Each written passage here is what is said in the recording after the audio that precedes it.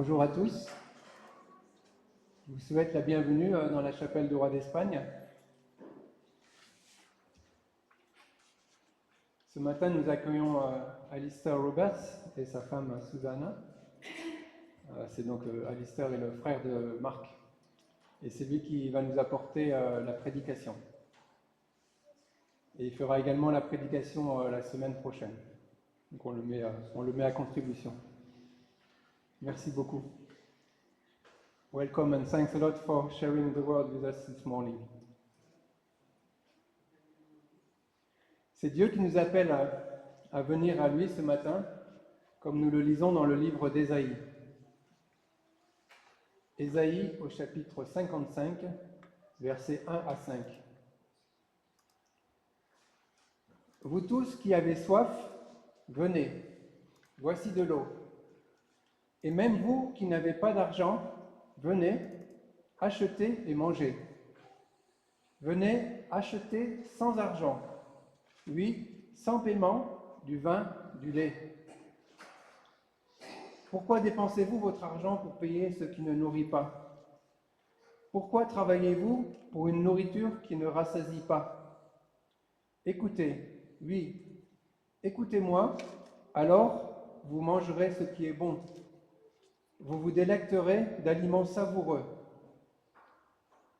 Tendez l'oreille, venez à moi, écoutez-moi et vous vivrez. Car je conclurai avec vous une alliance éternelle, celle que dans ma bienveillance et ma fidélité, j'ai promise à David. Voici, j'ai fait de lui un témoin pour les peuples, un chef pour commander au peuple. Oui, tu appelleras une nation que tu ne connais pas. Une nation qui ne te connaît pas va accourir vers toi. C'est à cause de moi, moi l'Éternel ton Dieu, moi le Saint d'Israël, qui te couvre de gloire. Dieu nous invite à venir à lui pour recevoir tout ce dont nous avons besoin dans notre vie, comme l'eau et la nourriture, et même plus, des aliments savoureux et du vin, car il donne généreusement. La nourriture et l'eau qu'il nous donne sont aussi spirituelles et répondent vraiment aux besoins de notre cœur. Dieu donne gratuitement, nous avons juste à venir à lui et à écouter ce qu'il nous dit, à l'écouter vraiment. Écoutez-moi et vous vivrez. Son alliance qu'il fait avec nous, avec des gens de toutes nations, elle consiste dans le fait que l'homme n'a pas été capable de tenir ses promesses, mais Dieu tient ses promesses, parce qu'il est fidèle et il est juste aussi. C'est pourquoi il a envoyé Jésus pour montrer l'exemple sur la terre, un témoin pour tous les peuples, pour mourir sur la croix à notre place, afin de rétablir la relation qui avait été rompue avec Dieu, et pour régner sur tous les peuples, car lui seul en est digne. Oui, tu appelleras une nation que tu ne connais pas, une nation qui ne te connaît pas va accourir vers toi. C'est à cause de moi, moi l'Éternel ton Dieu, moi le Saint d'Israël qui te couvre de gloire. Levons-nous pour chanter et célébrer Jésus notre roi.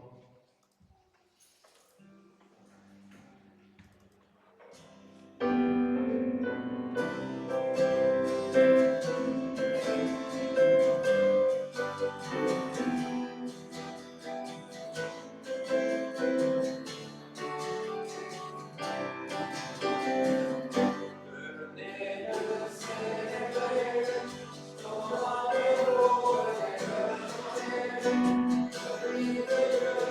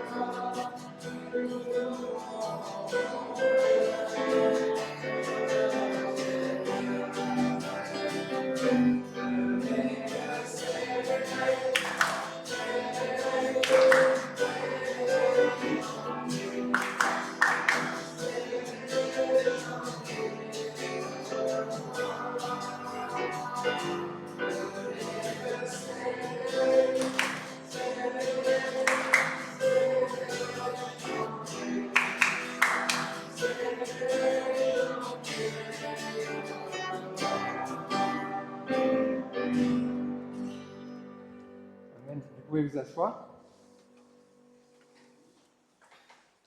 Prions.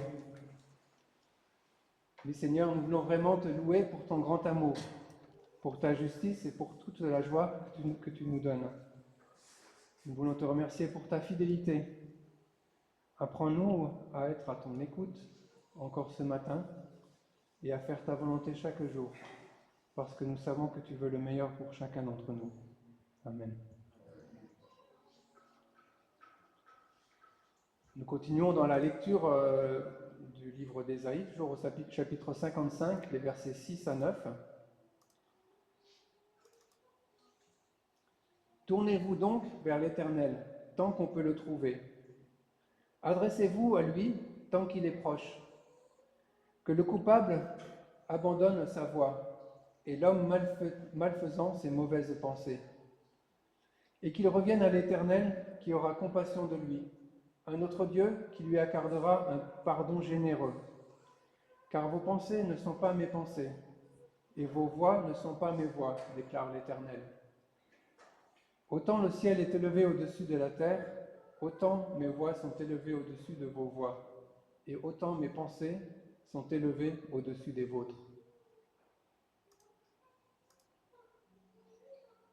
Dieu nous invite à abandonner nos mauvaises voies, nos mauvaises pensées, tant qu'il en est encore temps. Et même si nous avons déjà choisi de suivre Jésus, nous reconnaissons que nous sommes encore pécheurs et que nous avons besoin du pardon de Dieu. Car nous ne suivons pas toujours la voie que Dieu nous a tracée et nos pensées sont souvent éloignées de lui. Prions. Merci Seigneur pour ta patience. Merci parce que tu permets à chacun de revenir à toi. Nous voulons te demander pardon pour nos égarements et pour nos mauvaises pensées. Merci Seigneur pour ta compassion et pour ton pardon.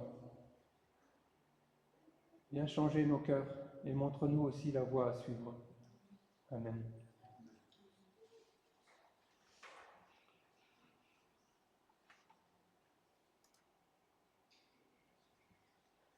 Nous allons maintenant lire comme une parole de grâce, nous allons chanter un chant qui est inspiré du psaume 103, qui nous parle de la compassion de Dieu. Alors je pense qu'il n'y a pas beaucoup de gens qui le connaissent, donc je reste au micro.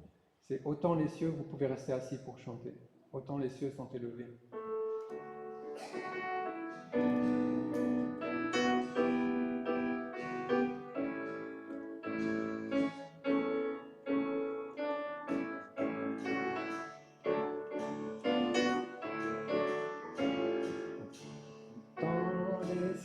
Sont élevés au-dessus de la terre, pourtant sa montée grande, ceux qui le craignent, pourtant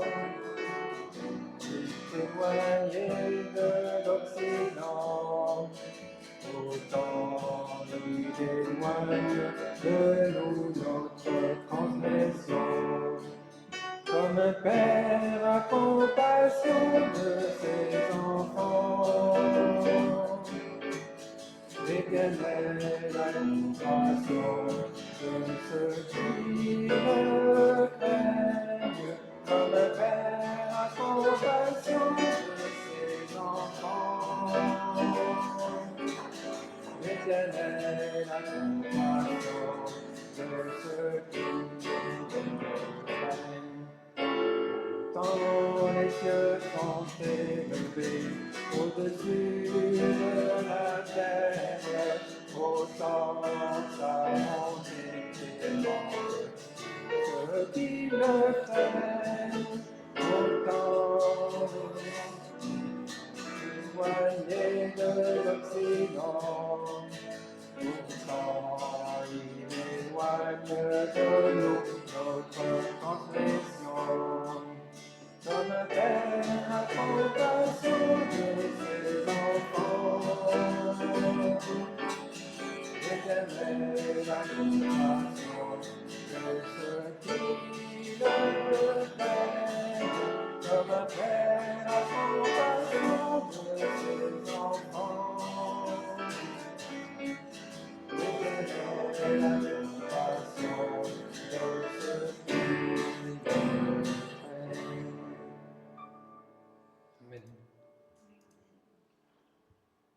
continuons maintenant par un temps de prière et de louange.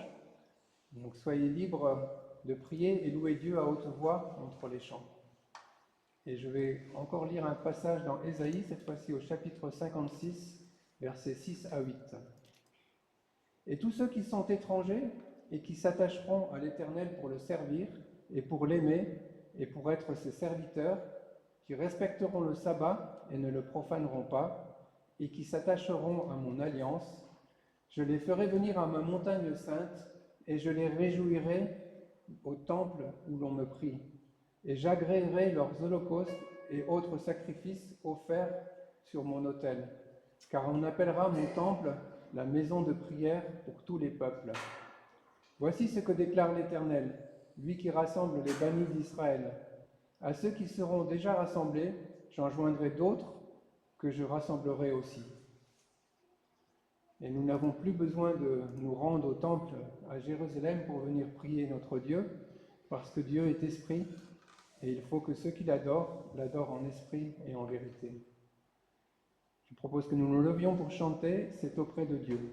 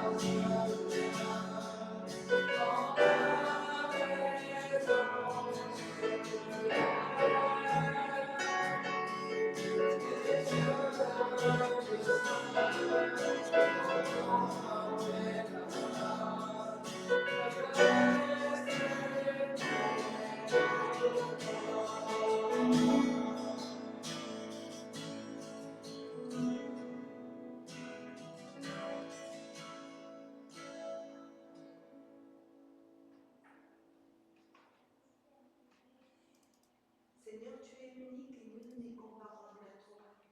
Il nous suffit d'observer autour de nous pour voir combien nous avons besoin de toi. Besoin de toi pour avancer, ne pas nous perdre. Ne nous permets pas de nous éloigner de toi, Seigneur. Que ton esprit vienne prendre toute la place dans notre cœur, afin que nous puissions te plaire. Seigneur, que nous puissions voir avec tes yeux, entendre avec tes oreilles et parler avec ta bouche. Béni sois-tu, Seigneur, pour qui tu es et tout ce que tu fais et ce que tu as fait pour nous déjà.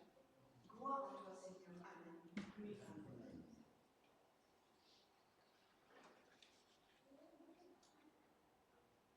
Seigneur, encore aujourd'hui, nous sommes heureux de pouvoir nous approcher de toi, tels que nous sommes, avec nos faiblesses, nos manquements, nos imperfections. Tu es notre papa et notre seul désir, c'est de te ressembler. Mais Père éternel, nous avons besoin de ton Saint-Esprit, Seigneur. Encore aujourd'hui, nous te demandons de nous guider par ton Saint-Esprit. Remplis-nous de ton Saint-Esprit, afin que nous fassions ta volonté, qu'elle s'accomplisse. Oh, merci pour ta parole. Je sais parce que ta parole, c'est notre pain de vie quotidien, la nourriture de nos âmes, mais l'épée de l'esprit pour combattre l'ennemi. Oh, merci pour cette bonne parole, qu'elle fasse dans mon cœur et qu'elle porte le fruit. Merci pour tout, Seigneur. Et nous sommes heureux de pouvoir être avec vous. Tu es avec nous.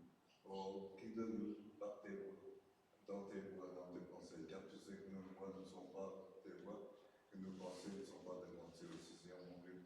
Nous sommes heureux. Protège-nous, guide-nous, et que tout soit fait pour la gloire de ton nom. Dans le nom de Jésus, notre bien-aimé Seigneur et Sauveur. Amen. Merci Seigneur.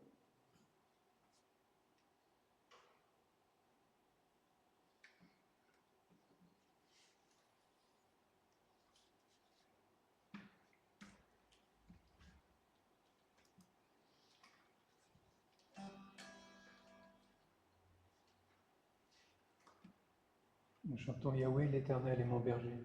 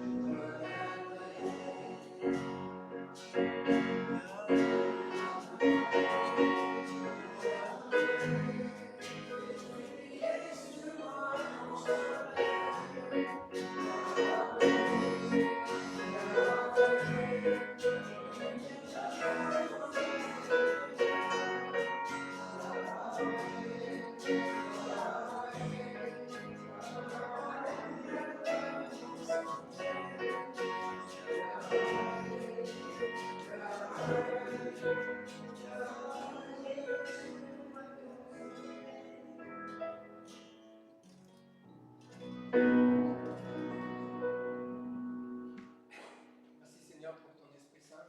Merci parce que c'est toi qui éclaire notre sentier. Veuille nous donner un cœur à ton écoute pour te suivre. Amen.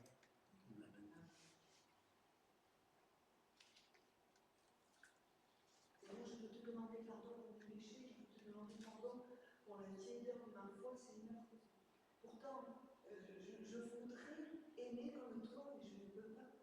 Je voudrais faire comme toi, mais je ne peux pas. Je voudrais voir les autres comme toi, mais je ne peux pas, Seigneur. Et j'ai besoin de toi pour ça. J'ai besoin de toi pour que tu m'éclaires davantage.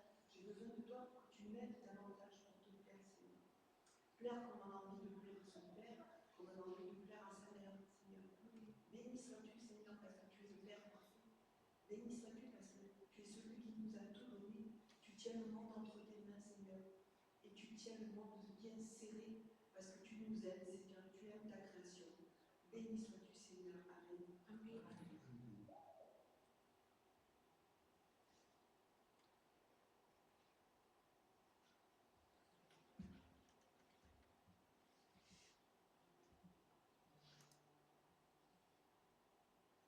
Nous chantons pour la durée des temps.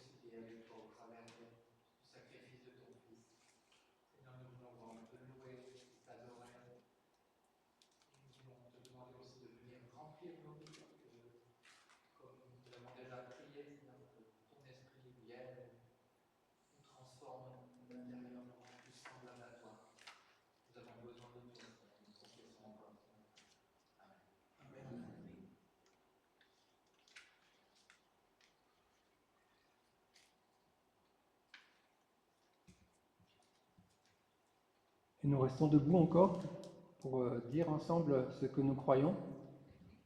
Et j'ai choisi la confession de foi de Genève.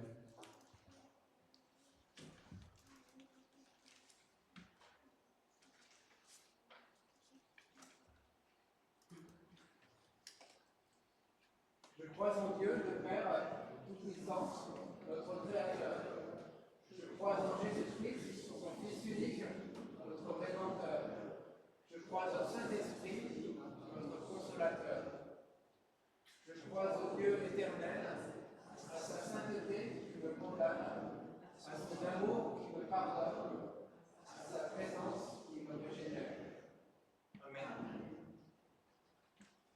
Amen. Vous pouvez vous asseoir.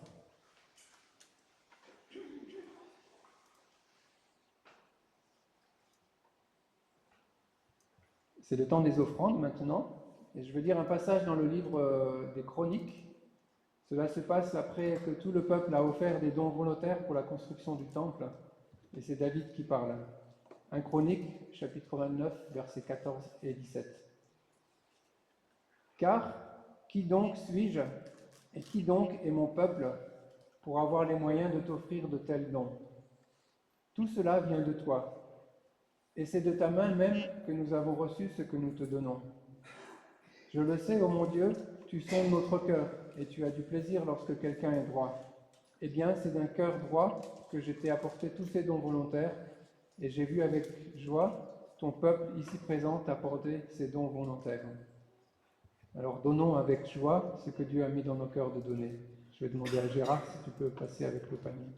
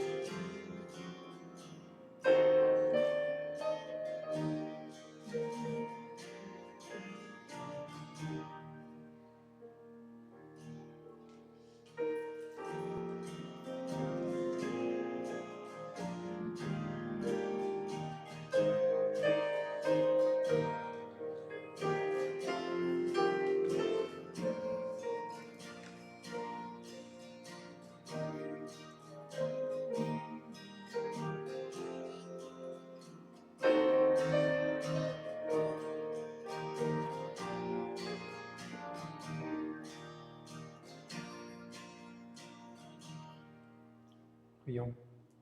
Seigneur, nous voulons te remercier pour ces dons. C'est de ta main même que nous avons reçu ce que nous te donnons. Que nous puissions utiliser ces dons à ta gloire pour l'édification de ton Église. Amen.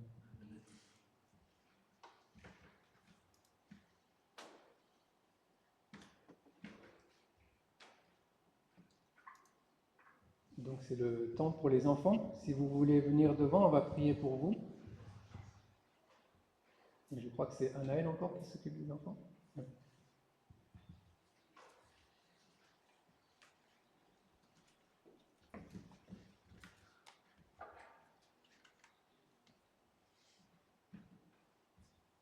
Seigneur, nous voulons te remercier encore aujourd'hui des enfants que tu as mis dans notre Église. Merci de les bénir aussi eux particulièrement ce matin au travers de ce que Anaël va leur dire. Et veuille être présent au milieu d'eux aussi pendant ce temps où nous ferons la prédication. Merci Seigneur. Amen.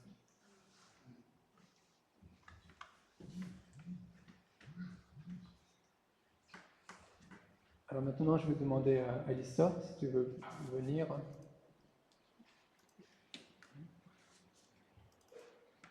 On va faire deux.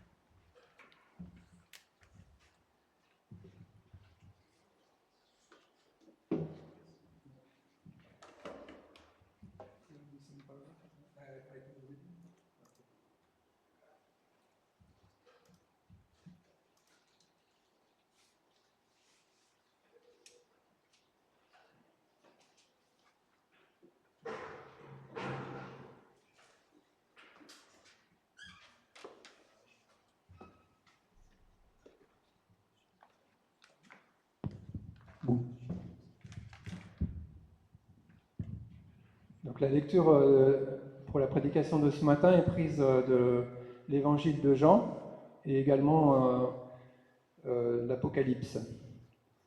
Donc on lit d'abord Jean, chapitre 2, versets 1 à 12. 2 jours plus tard, on célébrait des noces de Cana en Galilée. La mère de Jésus y assistait. Jésus avait aussi été invité au mariage avec ses disciples. Or voilà que le vin se mit à manquer. La mère de Jésus lui fit remarquer, « Ils n'ont plus de vin. » « Écoute, lui répondit Jésus, est-ce toi ou moi que cette affaire concerne ? Mon heure n'est pas encore venue. » Sa mère dit au serviteur, « Faites tout ce qu'il vous dira. » Il y avait là 6 jarres de pierre que les Juifs utilisaient pour leurs ablutions rituelles. Chacune d'elles pouvait contenir entre 80 et 120 litres. Jésus dit au serviteur, « Remplissez d'eau ces jarres. » Ils les remplirent jusqu'au bord. « Maintenant, leur dit-il, prenez-en un peu et allez l'apporter à l'ordonnateur du repas, ce qu'ils firent. L'ordonnateur du repas goûta l'eau qui avait été changée en vin. Il ne savait pas d'où venait ce vin, alors que les serviteurs le savaient, puisqu'ils avaient puisé l'eau. Aussitôt, il fit appeler le marié et lui dit, « En général, on sert d'abord le bon vin, et quand les gens sont ivres, on leur donne de l'ordinaire. Mais toi, tu as réservé le bon jusqu'à maintenant. » C'est là le premier des signes miraculeux que fit Jésus. Cela se passa à Cana en Galilée. Il révéla aussi sa gloire, et ses disciples crurent en lui. Après cela, Jésus descendit à Capernaum avec sa mère, ses frères et ses disciples. Mais ils n'y restèrent que quelques jours. Donc jusqu'ici la lecture dans l'évangile de Jean.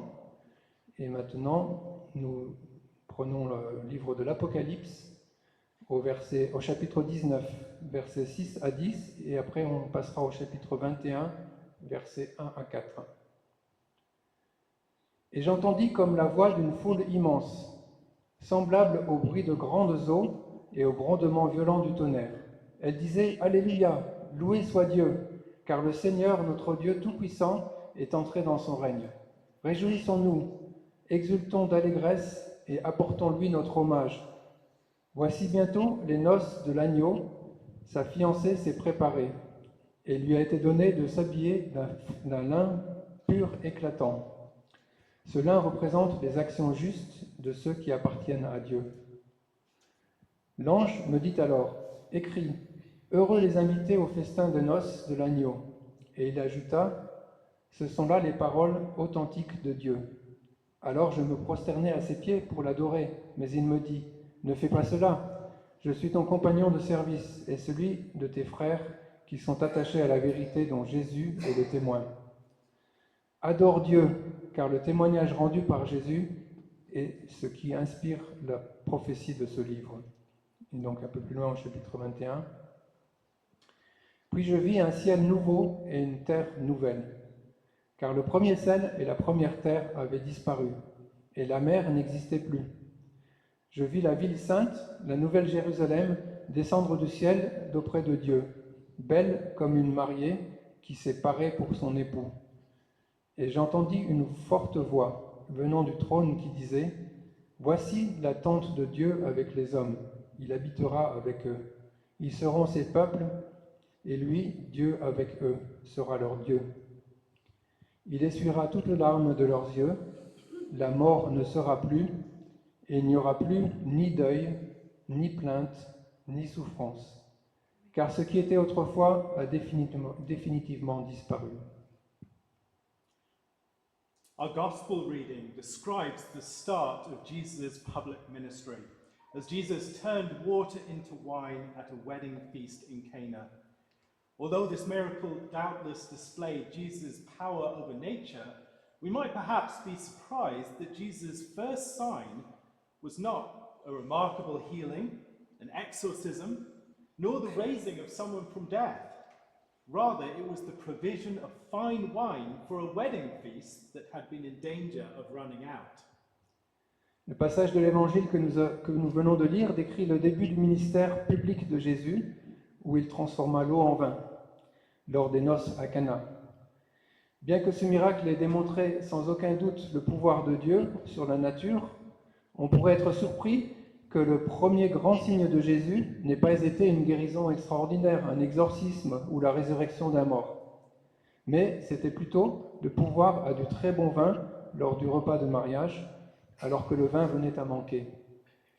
Why would our Lord choose such an occasion and such a purpose for something so auspicious as his first sign?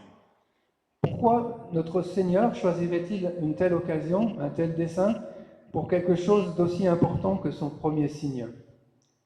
We might consider the comparison and contrast between Christ's turning of water into wine at the wedding of Cana and God's turning of water into blood in the first of the plagues of the Exodus. Turning the water of the Nile into blood was God's opening act in what would be an escalating cycle of judgment in Egypt. Turning water into wine at Cana in Galilee was an opening act in what would be an escalating cycle of blessing. Nous pouvons considérer la comparaison et le contraste entre la transformation de l'eau en vin par le Christ lors des noces à Cana et la transformation de l'eau en sang par Dieu lors de la première des plaies de l'Exode.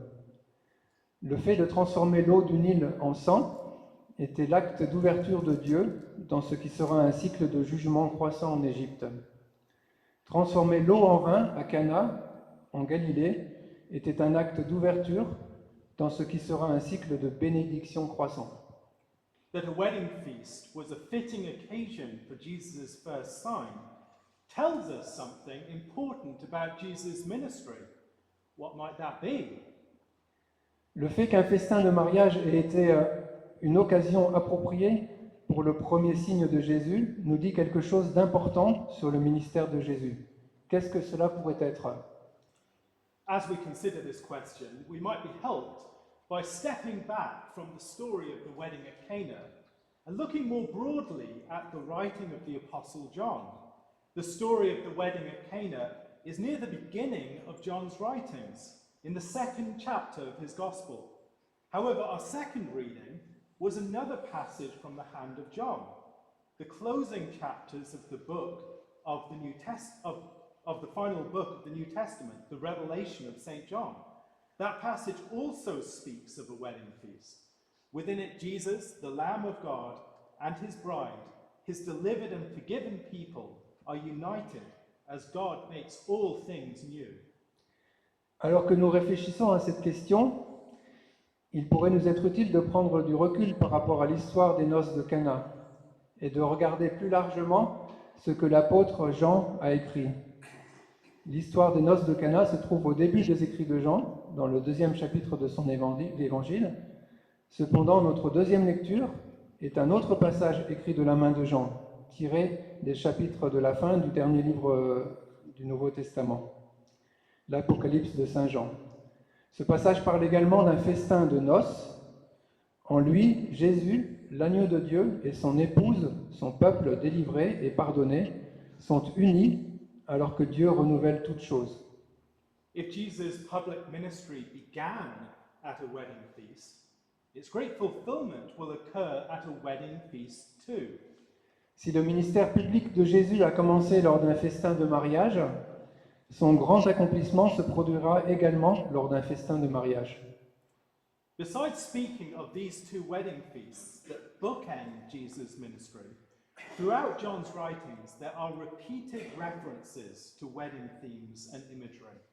In the 3rd chapter of John's Gospel, the chapter after the wedding at Cana, John the Baptist speaks of Jesus as the bridegroom and of himself as the joyful friend of the bridegroom, later recalling scenes that might be familiar to readers of the earliest books of the Bible, in which the wives of men such as Isaac, Jacob, and Moses were first encountered at wells.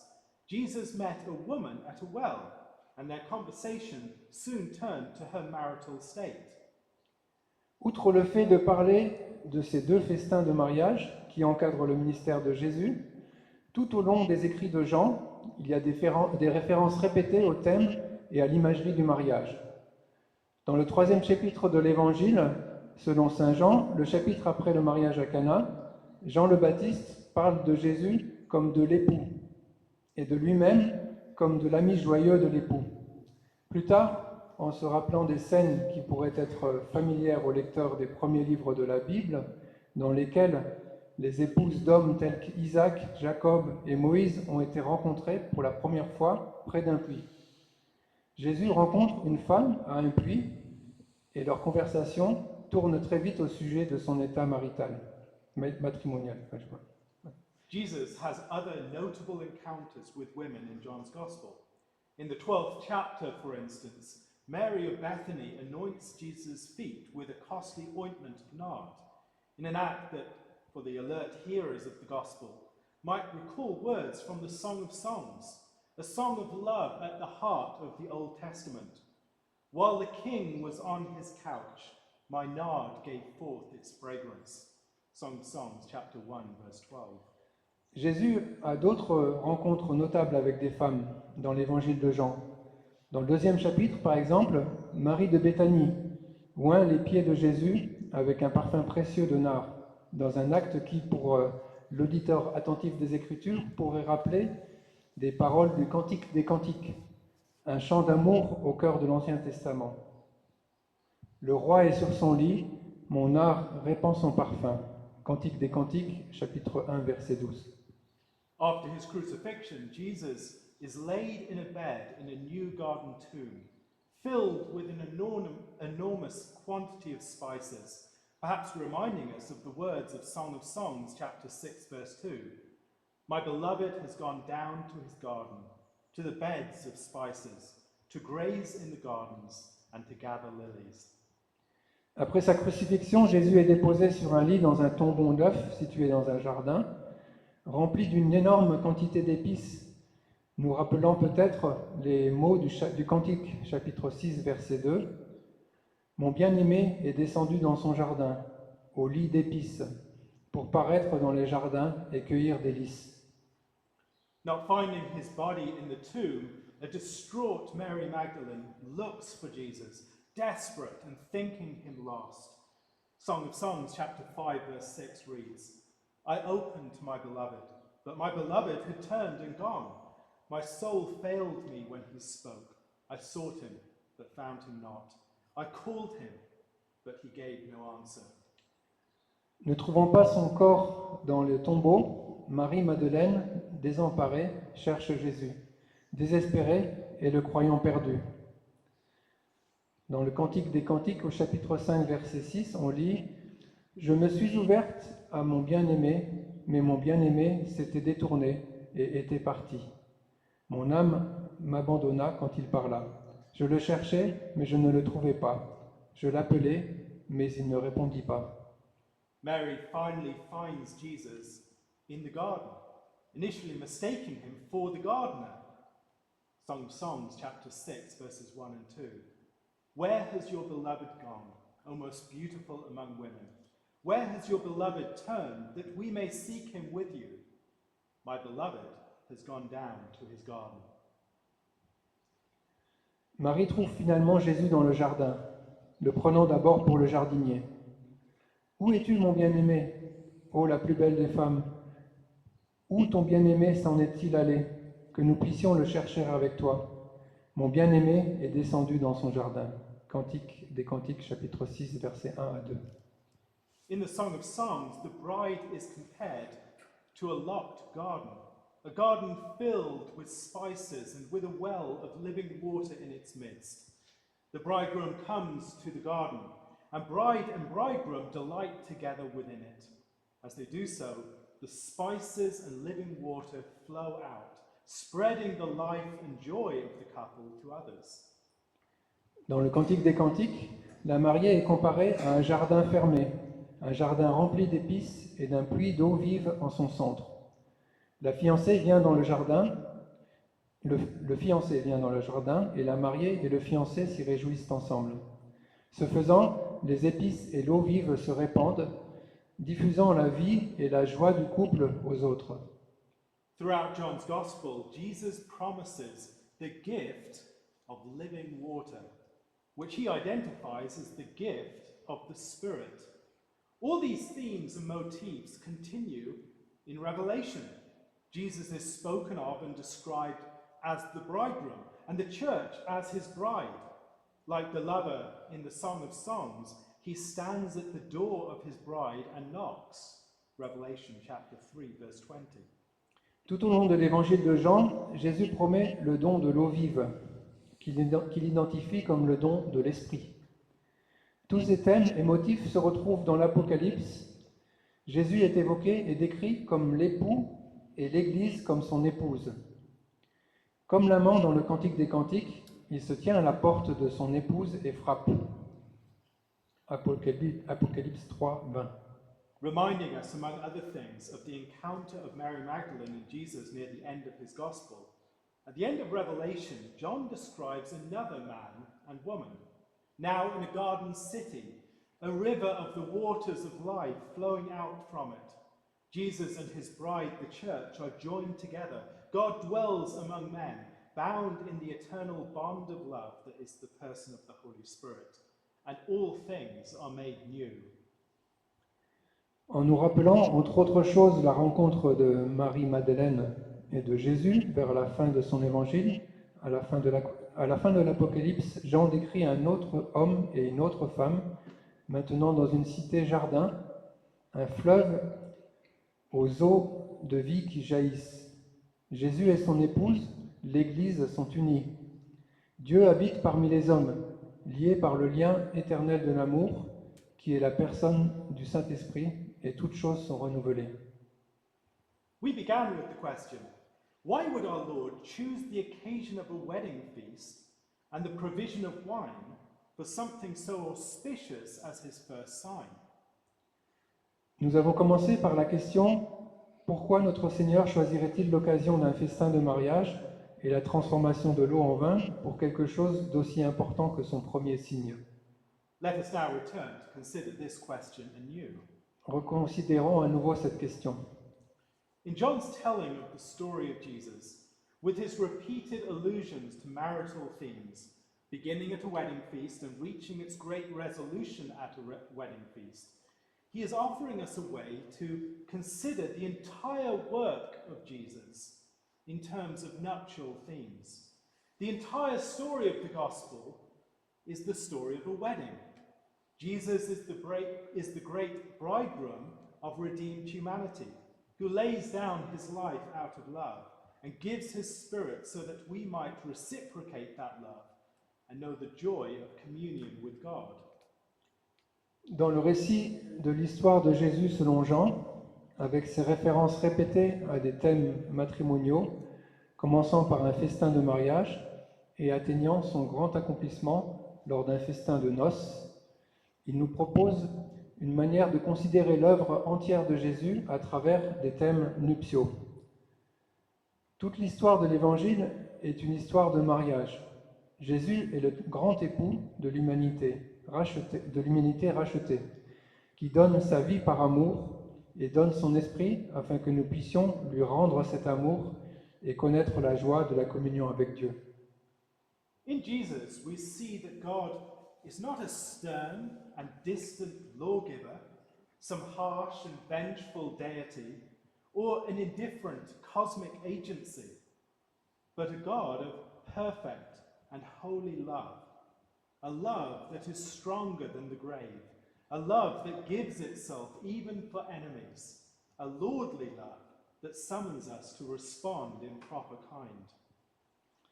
En Jésus, nous voyons que Dieu n'est pas un législateur sévère et distant, ni une divinité dure et vengeresse, ni une force cosmique indifférente, mais un Dieu d'amour parfait et saint, un amour plus fort que la tombe, un amour qui se donne même pour les ennemis, un amour souverain qui nous appelle à répondre de manière appropriée. As the great hymn writer Isaac Watts put it, love so amazing, so divine, demands my soul, my life, my all. Comme l'a dit le grand auteur de Cantiques, Isaac Watts, un amour si étonnant, si divin, exige mon âme, ma vie, tout de moi. The conclusion of the book of Revelation, a vision of a man and woman in a garden city with a river of living water flowing out, also recalls a deeper scriptural memory. It takes us back to the very beginning of the story.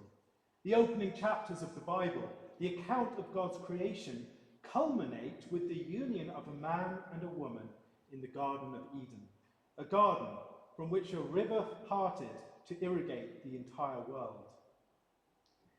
La conclusion du livre de l'Apocalypse, une vision d'un homme et d'une femme dans une cité-jardin avec une rivière d'eau vive qui s'écoule, nous rappelle également une mémoire plus profonde des écrits. Elle nous ramène au tout début de l'histoire, les premiers chapitres de la Bible, le récit de la création par Dieu, culmine avec l'union d'un homme et d'une femme dans le jardin d'Éden. Un jardin d'où jaillissait une rivière pour irriguer la terre dans le monde. As we have already noted, the way that a story is told can help us to discern its meaning. Humanity's story began with a wedding, and it will reach its glorious and joyful consummation in a wedding too. That first wedding, the bringing together of Adam and Eve, was the context in which marriage was instituted. Therefore a man shall leave his father and mother and hold fast to his wife, and they shall become one flesh. Comme nous l'avons déjà noté, la manière dont une histoire est racontée peut nous aider à en discerner le sens. L'histoire de l'humanité a commencé par un mariage et elle atteindra son glorieux et joyeux achèvement également dans un mariage. Ce premier mariage, la réunion d'Adam et Ève, a été le contexte dans lequel le mariage a été institué. C'est pourquoi l'homme quittera son père et sa mère et s'attachera à sa femme, et ils deviendront une seule chair. From the union of man and woman, all humanity has arisen. In every subsequent marriage, a couple takes up the baton of humanity's calling, being united as the two halves of humanity, male and female, in a union that is uniquely blessed with the capacity to bring forth new life. Every marriage looks back to that first marriage, the marriage at the dawn of the world.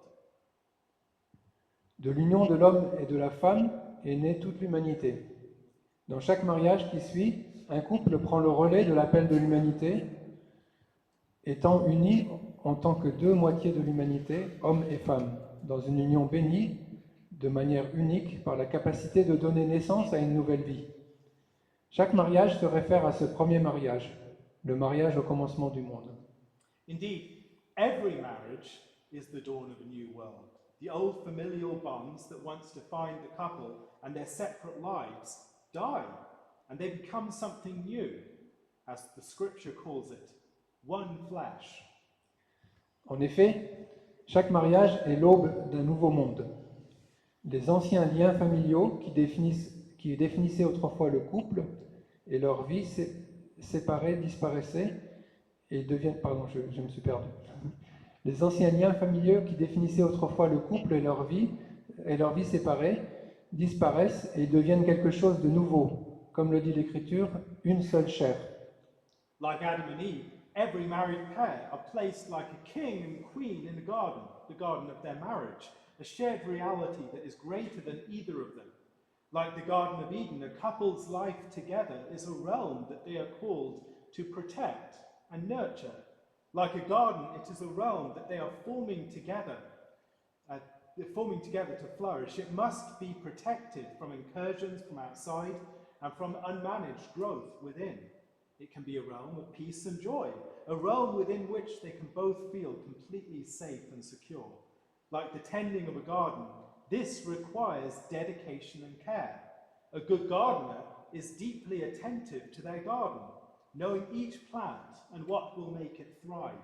So a couple must be such students of each other, each themselves to the other's flourishing.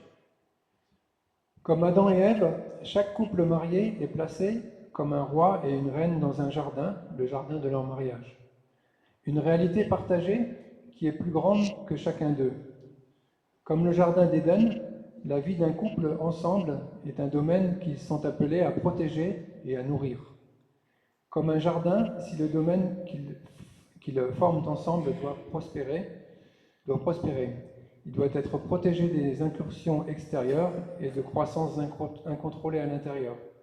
Cela peut devenir un domaine de paix et de joie, un domaine dans lequel ils peuvent tous deux se sentir complètement en sécurité. Comme dans l'entretien d'un jardin, cela demande dévouement et soin. Un bon jardinier est profondément attentif à son jardin, connaissant chaque plante et ce qui la fera prospérer. Ainsi, un couple doit être de tels apprentis l'un de l'autre, chacun se consacrant à l'épanouissement de l'autre. Neglect these tasks, and the walls of the garden can be broken down. Your life together overgrown by external anxieties and preoccupations. Weeds of bitterness may spring up if you do not uproot them, and by the persistent practice of forgiveness. The joy of a marriage can be choked by such weeds when left unmanaged. Négligez ces tâches et les murs du jardin peuvent être détruits. Votre vie commune envahie par des soucis et préoccupations extérieures. Des mauvaises herbes d'amertume peuvent apparaître si vous ne les arrachez pas par la pratique persistante du pardon. La joie d'un mariage peut être étouffée par ces mauvaises herbes lorsqu'elles ne sont pas maîtrisées. The Garden of Eden was not merely a place for union of man and wife, but a realm of fellowship with God. Every Christian marriage must be the same. The peace, joy, and love of a marriage must spring from a higher source. Just as God walked in the Garden of Eden, so each home and marriage should be a place where God's presence is known. Le jardin d'Éden n'était pas seulement un lieu d'union entre l'homme et la femme, mais un domaine de communion avec Dieu. Chaque mariage chrétien doit être le même. La paix, la joie et l'amour d'un mariage doivent jaillir d'une source plus élevée. Tout comme Dieu se promenait dans le jardin d'Éden, chaque foyer et mariage devrait être un lieu où la présence de Dieu est connue. The river that flowed from the Garden of Eden spread the life of the garden out into the wider world. As a couple keeps and tends the garden of their marriage, home and family, they too can bubble forth with life-giving springs, causing many others to flourish as the pure water of a holy union flows out to others around them. La rivière qui s'écoulait du jardin d'Éden répandait la vie du jardin dans le monde entier. De la même manière qu'un couple entretient et veille sur le jardin de leur mariage, de leur foyer et de leur famille, il peut à son tour jaillir avec des sources vivifiantes, permettant à beaucoup d'autres de s'épanouir alors que l'eau pure d'une union sacrée se répand autour d'eux. At the dawn of our creation, we find a wedding. In the revelation of St. John, as we have observed, there is a wedding at the dawn of the new creation too. Marriage continues the calling that was given to mankind at its dawn, but it also can be a reality-filled sign of its consummation and fulfillment, because each marriage points to and draws from a greater marriage, the marriage between Christ and his bride, the church. Every Christian marriage must look to this greater marriage, and every Christian, married or unmarried, must seek the meaning of their life within it. À l'aube de notre création, nous trouvons un mariage. Dans l'Apocalypse de Saint Jean, comme nous l'avons observé, il y a aussi un mariage à l'aube de la nouvelle création. Le mariage poursuit l'appel qui a été donné à l'humanité à ses débuts. Mais il peut également être un signe concret de son accomplissement. Car chaque mariage renvoie à un mariage plus grand et s'en inspire. Le mariage entre le Christ et son épouse, l'Église. Chaque mariage chrétien doit se tourner vers ce mariage plus grand et chaque chrétien, marié ou non, doit chercher le sens de la vie en lui, de sa vie en lui. As the Apostle Paul taught, the great mystery and glory of marriage is not ultimately found in the love between a husband and wife, in the joy of family, or the life of the home. Each of these things is wonderful, but they symbolize something much more, much greater. The love that exists between Christ and his bride, the church, and the new realm of communion that grows around it, like a garden around an inexhaustible spring of living water. Each church must cultivate itself as a realm of love, communion, and outflowing service, much as every marriage. Comme l'apôtre Paul l'enseignait, le grand mystère et la gloire du mariage ne se trouvent pas finalement dans l'amour entre un mari et une femme, dans la joie de la famille ou dans la vie du foyer. Chacune de ces choses est merveilleuse, mais elle symbolise quelque chose de beaucoup, beaucoup plus grand. L'amour qui existe entre le Christ et son épouse, l'Église, et la nouvelle réalité de communion qui se développe autour d'elle, comme un jardin autour d'une source inépuisable d'eau vive. Chaque Église doit se cultiver comme un royaume d'amour, de communion et de service débordant, tout comme un mariage, tout comme chaque mariage. This greater reality is not some privilege exclusive to the married among us. No, it belongs to everyone here today who loves the Lord Jesus Christ. The New Testament describes us as the children of Christ's bride, as a new household, and as members of his bride. John told the story of his gospel in a way designed to heighten our awareness of this, to help us to see the love that lies at the beginning, the heart, and the end of all things. He wanted us to consider God and his creation as a love story. Cette réalité supérieure n'est pas un privilège réservé uniquement à ceux d'entre nous qui sont mariés.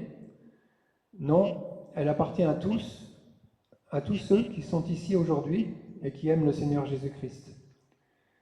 Le Nouveau Testament nous décrit comme les enfants de l'épouse du Christ, comme un nouveau foyer et comme des membres de l'épouse. Jean a raconté l'histoire de son évangile d'une manière conçue pour accroître notre conscience de cela, pour nous aider à voir l'amour qui se trouve au commencement, au cœur et à la fin de toute chose. Il voulait que nous considérions Dieu et sa création comme une histoire d'amour. Seeing the world this way should change the way we approach worship. It should inspire us to greater love of Jesus Christ, to long for his coming, as we see at the end of Revelation. We long for Jesus to come among us and meet with us today, to forgive our sins, to comfort us in our sorrows, to strengthen us in our trials, to deepen us in our joy, and to inspire us in our love. We long for Jesus to come again, to wipe away all tears, to set all that is wrong right, and to make everything new. Love drives worship. Voir le monde de cette manière devrait changer notre façon d'aborder le culte. Cela devrait nous inspirer à un amour plus grand pour Jésus-Christ, à aspirer à sa venue, comme nous le voyons à la fin de l'Apocalypse. Nous désirons que Jésus vienne parmi nous et nous rencontre aujourd'hui, pour pardonner nos péchés, nous réconforter dans nos chagrins, nous fortifier dans nos épreuves, approfondir notre joie et inspirer notre amour. Nous désirons que Jésus revienne pour essuyer toute larme, rétablir ce qui ne va pas et tout renouveler. L'amour motive le culte. Such love should also shape all else that we do. Every Christian's life, every Christian marriage, every Christian home should be a place where love for Jesus produces the fruit of joy, willing service, and generous fellowship. Un tel amour devrait également influencer tout ce que nous faisons. La vie de chaque chrétien, chaque mariage chrétien, chaque foyer chrétien devrait être un lieu où l'amour pour Jésus produit des fruits de la joie, du service volontaire et de la communion généreuse. Why did Jesus begin his ministry with a sign performed at a wedding feast, providing wine when it had run out? Pourquoi Jésus a-t-il commencé son ministère par un signe accompli lors d'un festin de mariage, en fournissant du vin lorsque celui-ci avait manqué. Because he is the bridegroom who has come for humanity in love, wishing us to know the fullness of joy in union with him. Because in him a new world is dawning, one of life-giving fellowship between God and humanity.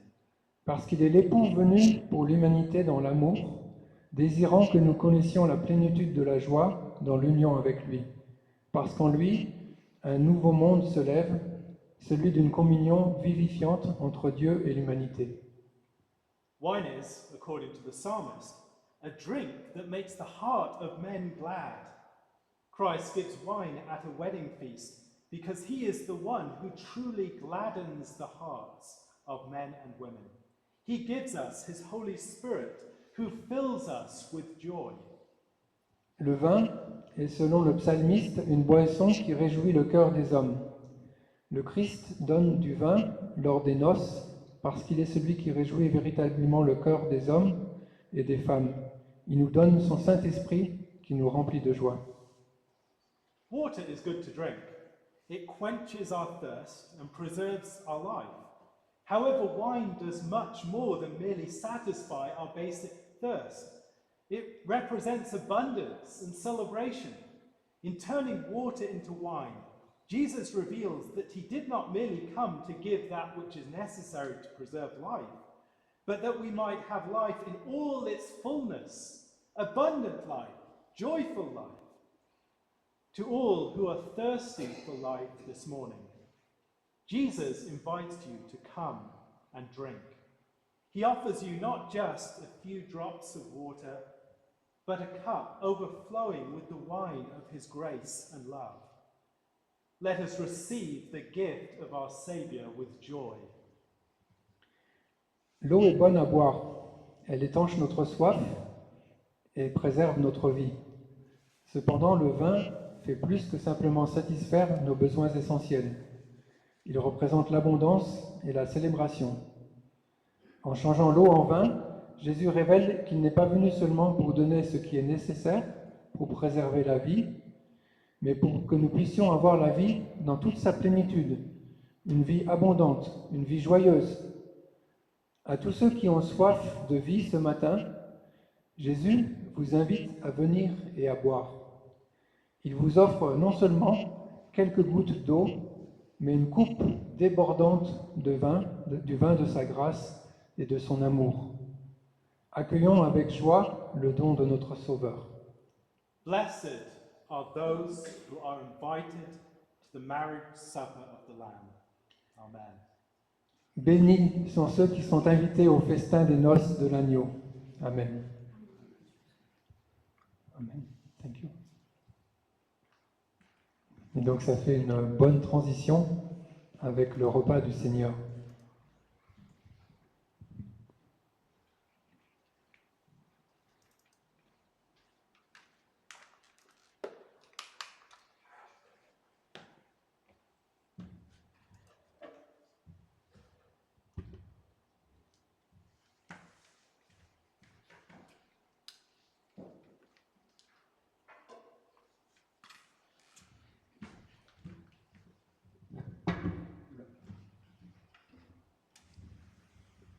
On va essayer de ne pas tout casser.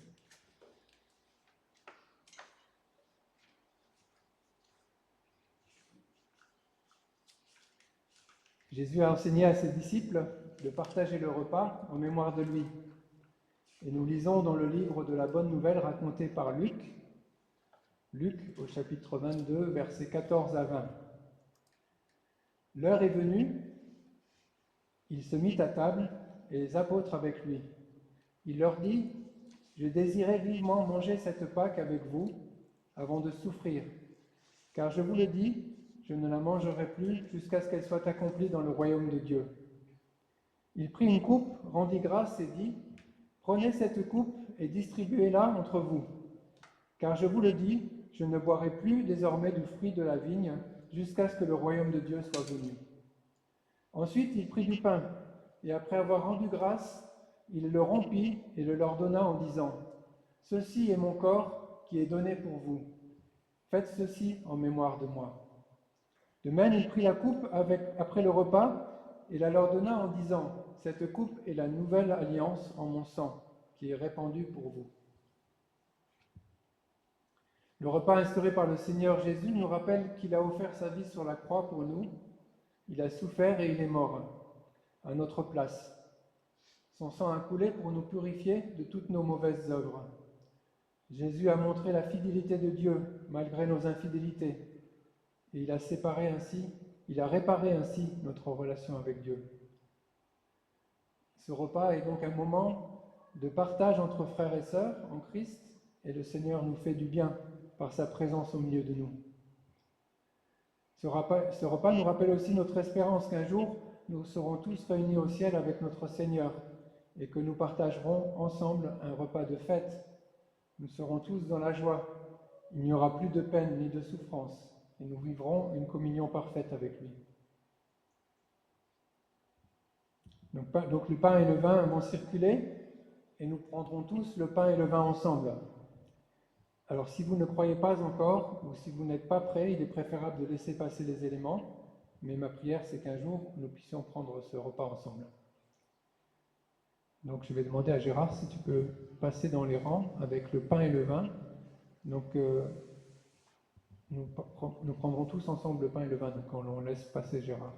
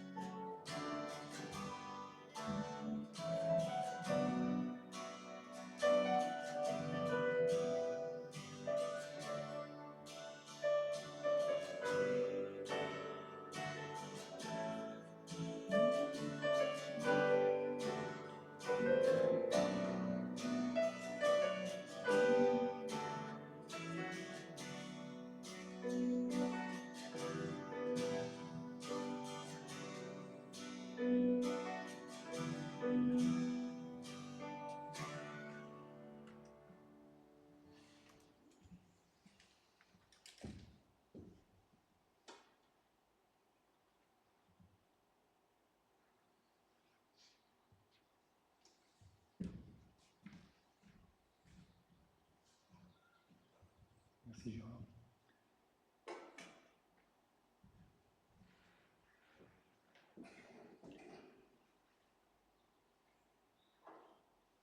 Le pain que nous rompons est la communion au corps du Christ.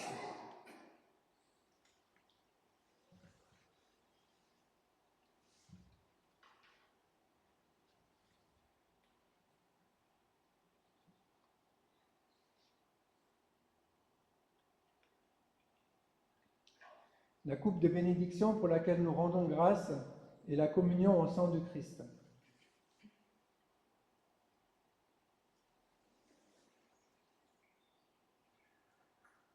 Prions. Seigneur, nous voulons te remercier pour ton sacrifice pour nous. Merci pour ton amour et parce que tu as permis que nous puissions te connaître. Amen. Vous pouvez vous asseoir.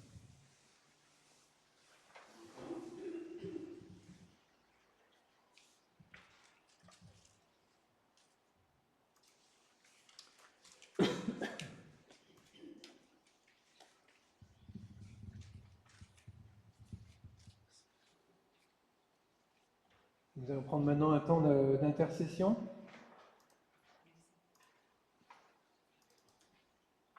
Pour prier les uns pour les autres. Et on peut prier pour nos autorités dans ces temps difficiles, aussi politiquement, pour ceux qui décident de l'avenir de notre pays. Nous pouvons les remettre dans nos prières et que Dieu leur donne la sagesse et qu'il puisse y avoir de la paix aussi. On peut toujours prier pour Michael, qui souffre encore beaucoup de son épaule, donc que Dieu puisse lui donner du sommeil et qu'il puisse calmer sa douleur aussi. On peut prier aussi pour Josiane qui s'est fait opérer cette semaine. Je ne sais pas si quelqu'un a des nouvelles récentes. Normalement, elle est toujours au service intensif, en service intensif. Elle devait descendre lundi dans le service. D'accord, donc elle est toujours aux soins intensifs et elle devrait lundi rejoindre le service normal. Ok. Est-ce qu'il y a d'autres sujets de prière que vous souhaitez partager?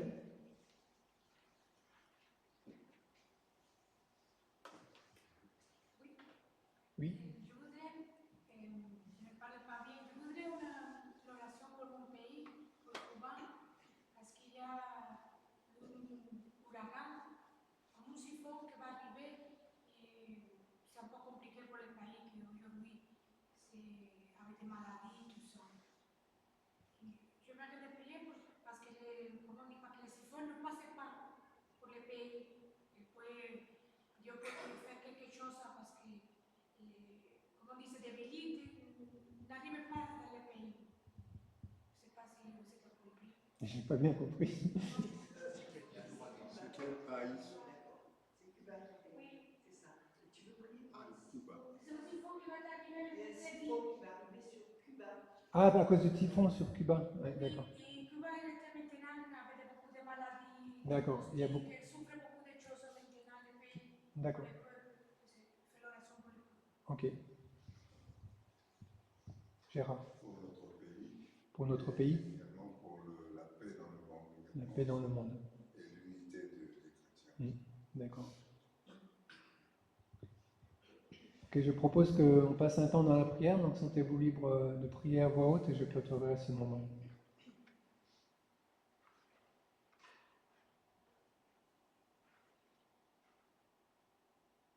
Seigneur, nos sujets de prière sont toujours nombreux. Nous entendons nous élever un petit peu pour te demander de prier pour telle ou telle personne. Et c'est toi qui nous dis aussi de nous adresser à toi, de nous tourner vers toi pour t'adresser nos prières et nos supplications. Nous pensons à nos proches, à ceux que nous connaissons d'abord le mieux, que nous côtoyons. Nous pensons à Michael et à Josiane, qui sont malades tous les deux. Seigneur, nous avons confiance en toi, nous savons que tu es près d'eux, que tu les aides à traverser des épreuves. Et nous te prions de poser ta main sur eux vraiment afin de les délivrer de leur souffrance le plus rapidement possible et qu'ils puissent retrouver ta maison et te louer avec nous, Seigneur. Nous pensons aussi à tous ceux qui souffrent à travers le monde, au peuple persécuté, Seigneur, persécuté parce qu'ils te suivent. Et nous savons qu'ils sont nombreux à travers le monde. Notre sœur Raphaëla nous demande de prier pour son pays d'origine, Cuba, où il y a un cyclone qui devrait atteindre ce pays. Et c'est signe aussi de souffrance, de maladie pour le peuple et surtout pour les plus pauvres. Nous savons que tu es venu aussi pour les plus petits, les plus pauvres, et nous te prions pour eux, Seigneur, afin de les épargner. Béni sois-tu, Seigneur, pour tout ce que tu fais pour nous déjà. Nous te demandons toujours plus, mais tout savons que tu nous aimes et que tu veux nous donner le meilleur pour nous. Amen. Seigneur Jésus, merci pour ce moment ensemble aujourd'hui, à te louer et à te glorifier. Seigneur, je te prie particulièrement pour les frères et sœurs qui sont dans l'épreuve, qui ont besoin de toi, de ton réconfort, de ta puissance. Je te prie pour Michael, afin que tu le soulages dans sa douleur, qu'il puisse dormir, qu'il puisse se reposer, qu'il puisse aller mieux. Réconforte-le, prends soin de lui. Seigneur, je te prie aussi pour Josiane, afin que tu sois auprès d'elle et qu'elle puisse aller vers le mieux, que tu puisses la guérir, Seigneur, comme tu fais guérir aussi l'épaule de Michael. Seigneur, je te prie pour le pays de notre sœur, afin que le typhon soit très fort, afin que le peuple puisse être aidé.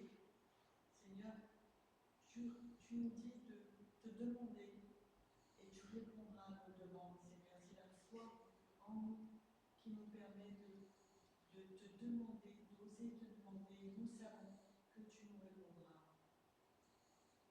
Seigneur Jésus, je te prie aussi pour cette journée, afin que tous nous puissions repartir avec les paroles que tu as mises dans nos cœurs ce matin et que nous puissions marcher sur tes pas, ne pas douter, croire en toi et que tu nous donnes ta paix. Amen. Amen.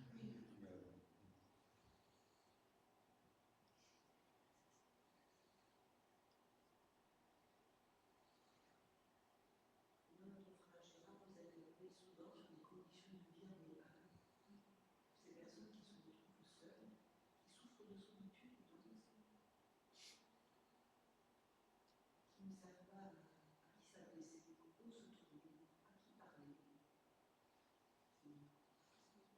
Être bien n'est pas toujours très attentionné, les conditions ne sont pas toujours les meilleures. Seigneur, tu les connais, tu connais chacun. On te prie tout particulièrement pour eux. Qu'ils sentent ta présence à leur côté, et que tu puisses les porter dans ce qu'ils traversent. Seigneur. Et que tu puisses mettre au cœur de ces personnes qui travaillent en EHPAD, qu'elles ont de l'amour à donner aussi. Ce ne sont pas que des gestes. Ce ne sont pas que donner une assiette qui va donner un verre d'eau, Seigneur, mais c'est le regard, l'écoute aussi qui est important. Amen.